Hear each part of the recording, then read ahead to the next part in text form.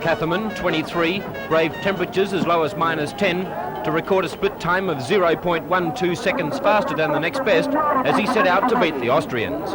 He did this with a final time of 2 minutes 9.54 seconds to edge out Erwin Resch with 2:9.87 and Franz Klammer on 2:10.09.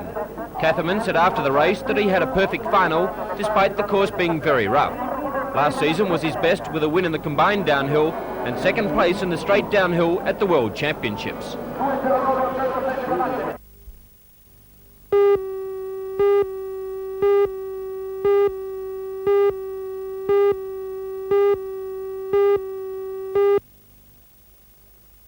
England's 21-year-old striker Gary Mabbott grabbed both Spurs goals, the first in the 69th minute from a spectacular volley into the top corner of the net from 20 metres. 7 minutes from time, he followed up a Garth Crooks effort to make sure Tottenham got the 3 points. Birmingham's Dave Langland pulled one back 2 minutes later. Final score, Tottenham 2, Birmingham 1.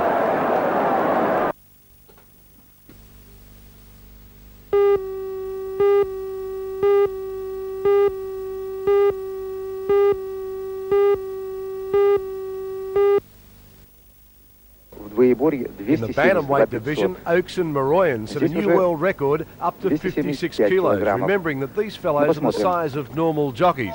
When he lifted 158 kilos, breaking his previous record by 0.5 kilos set in Kazan last October. Big lift from a little man.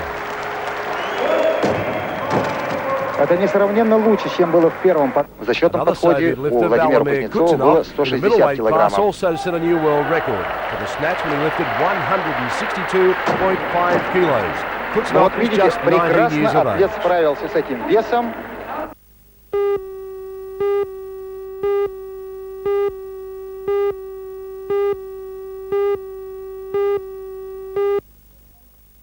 Congratulations. The awards are presented by representatives from the three sponsors, NBN, Adler and the Newcastle Permanent Building Society. The judges waited for some 600 minutes and eventually Daryl, you wrote a story about God. That's right. Where did you get the idea for your story? I'm not really too sure. I realised that if I want to go fairly well in the competition, I need to think of something original, and I thought, well, a story about God is about as original as you can get. Erica, why did you enter the competition? Well, because I feel young writers should have recognition for their work, and this is a good advantage to do it. This is a contest to put it in Newcastle. So you think there should be more competitions of this kind? Oh, certainly at the moment there's only Matara and this one, because I know for children as such.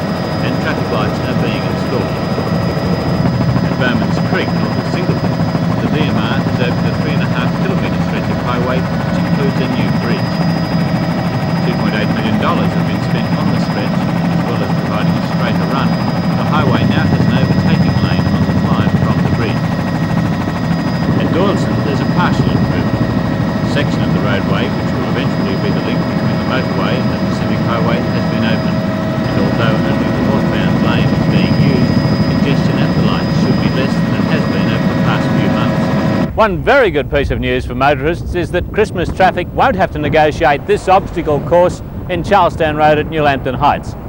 That's provided there's no heavy rain in the next few days. Council is now working extended hours in a bid to have the roadway finished. If all goes well, the only barriers left in place by Christmas will be enough to relocated temporary median strip. The multi-million-dollar project has been underway for more than 12 months, but much of the work has gone into stabilising the embankment above Tickhole Tunnel. When complete, Charlestown Road will be 7 lanes wide at the intersection with Lookout Road.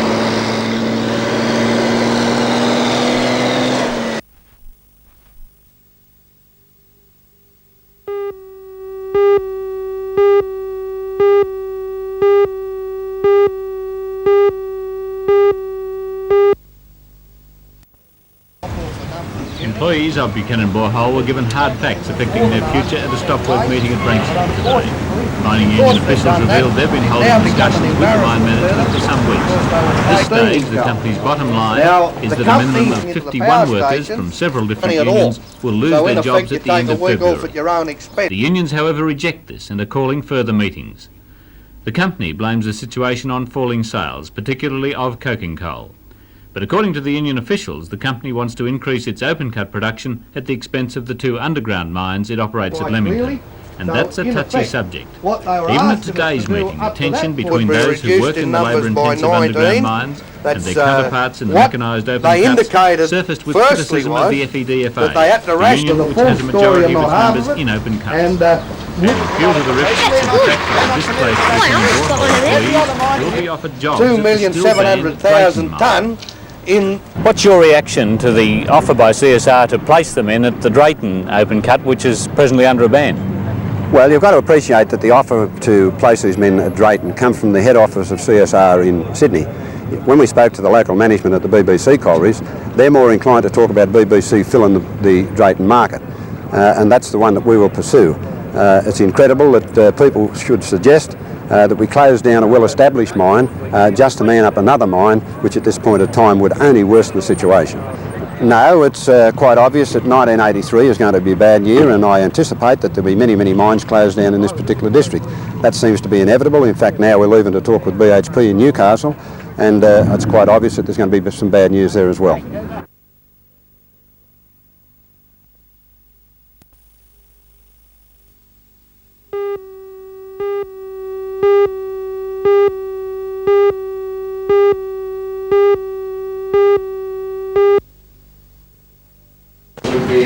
The public gallery was packed for last night's final consultation on the helipad issue. A motion put forward by John Tate earlier in the night could have diffused the situation in the first half an hour. It was not to be the case. All it was argued for 2.5 hours before the meeting was adjourned. And the policy of priority Can I have an answer to the question that we have resolved? Then came the unexpected. Council was reconvened and the decision motion was unanimously passed. Alderman Tate's proposal was accepted in the form of a policy and priority committee recommendation. I moved an amendment. What I was trying to do was show the way that an area of compromise could be worked out whereby the rescue service would receive the best opportunity to function, and the various problems that were surrounding that site could be resolved in a manner that would suit everybody, rather than have a confrontation situation which up to that time did exist. The helipad at District Park has been approved for a minimum period of 18 months. The new arrangement and conditions of the lease will be subject to a further meeting on January the 4th.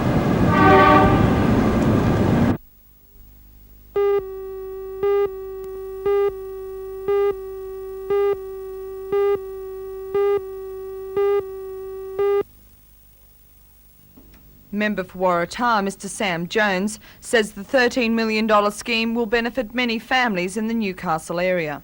The scheme requires an input of around about $13 million each year. The federal and the state governments are contributing on a dollar-for-dollar basis, and 50% of that amount of money goes to the rents, and the other 50% goes to the people having loan problems. How's it decided who's going to be eligible for this scheme? Well, they'll go to they have an application form to be filled in, and they go to see the Consumer Affairs. They'll be counselled, and if they can't arrange with the counselling to negotiate with a finance company, then they'll go to a tribunal, and the tribunal will make a decision as to what should be done.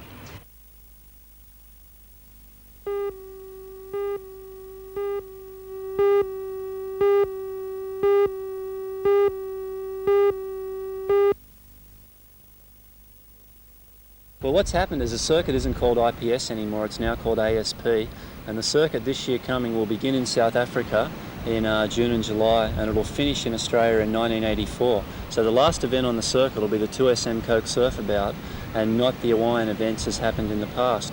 So what will happen is we'll have just a funny period at the beginning of the year where the 4 Australian events won't count for the world title, and what they'll be called is the Australian Grand Slam. How do you feel about those changes? Well, I think it's a good change because there's sort of not a lot of media interest in the circuit finishing in Hawaii. It doesn't get as much coverage as it does get in Australia. And I feel the 4 Australian events are the most important events on the circuit, and they're the most well organised events. So I think it'd be fantastic for the circuit to finish in Australia and for the world champion to be crowned at the end of the biggest event, which is the Surf About. I think it'll be a real exciting finish. Mark, it might give you a bit more time at home because with the pressure of the overseas circuit, you have little time to spend here at your home beach. Well, it's pretty intense. You know, to follow the circuit's unbelievable because it goes for 11 months. The only month where there's no events is January, and the rest of the time, the events are so close together that you really don't get much chance to come home in between. You know, I've managed to zap back for a few weeks here and there, right. But it seems like you just get home, tip out the dirty clothes, put in the clean ones, and you're off again.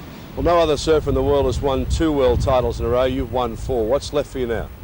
Well, at the moment, I've got a month off before it all starts again. I'm just going to do some work at home and get into making some new surfboards.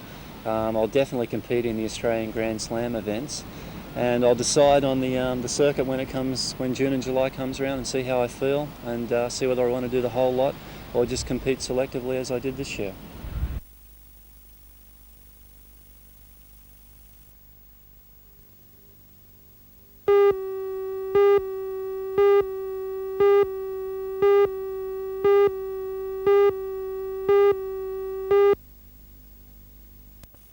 The 80 men still at the abattoir met yesterday during a council inspection of the site.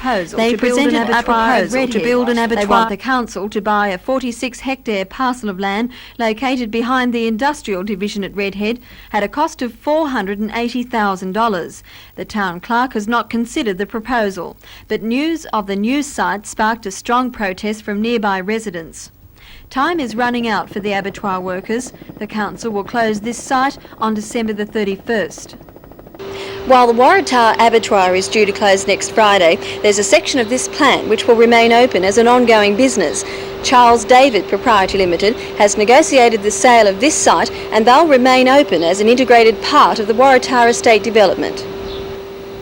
Charles David, a meat export and wholesale firm, has been operating here for the past 10 years. At the moment, between 40 and 50 people are employed, and the company hopes to expand. The building will be upgraded to fit in with the developer's design plans for this site. It's one section of the meatworks which is here to stay.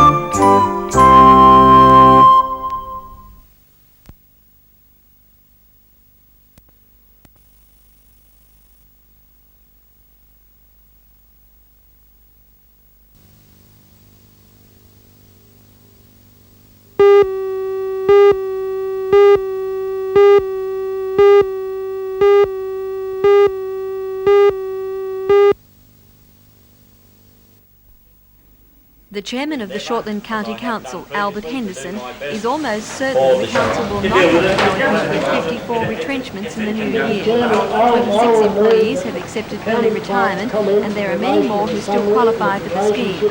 As far as the apprentices are concerned, 12 of the 35 trainees who have not been placed will be given first priority if a vacancy occurs next year. Since the budget talks took place in November, the council has made a genuine effort to save jobs. If more employees take advantage of the early retirement scheme, there'll be no jobs lost. There are numerous others in that position that have not come forward yet and said they're going to accept it, but they're thinking seriously about it and discussing it. And we feel that with those few and 4 vacancies that became available that were replaced for the apprentices, that we really think that there's not going to be any redundancies at this point of time. But we do not intend to discuss it again till after the 20th of January, and we don't intend to do anything till we discuss it with the unions.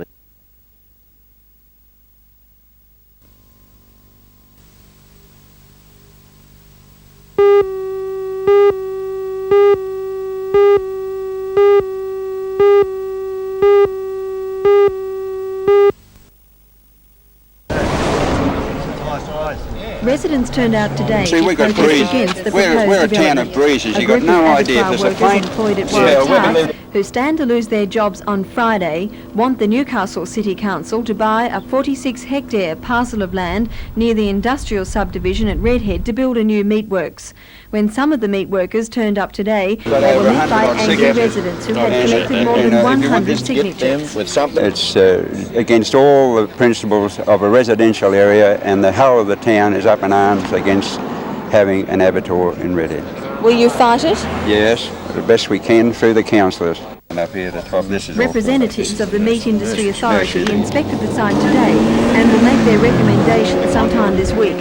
If the authority decides the Redhead site is unsuitable, there's no chance that the meat workers can hold on to the operating licence after the Waratah site closes on Friday.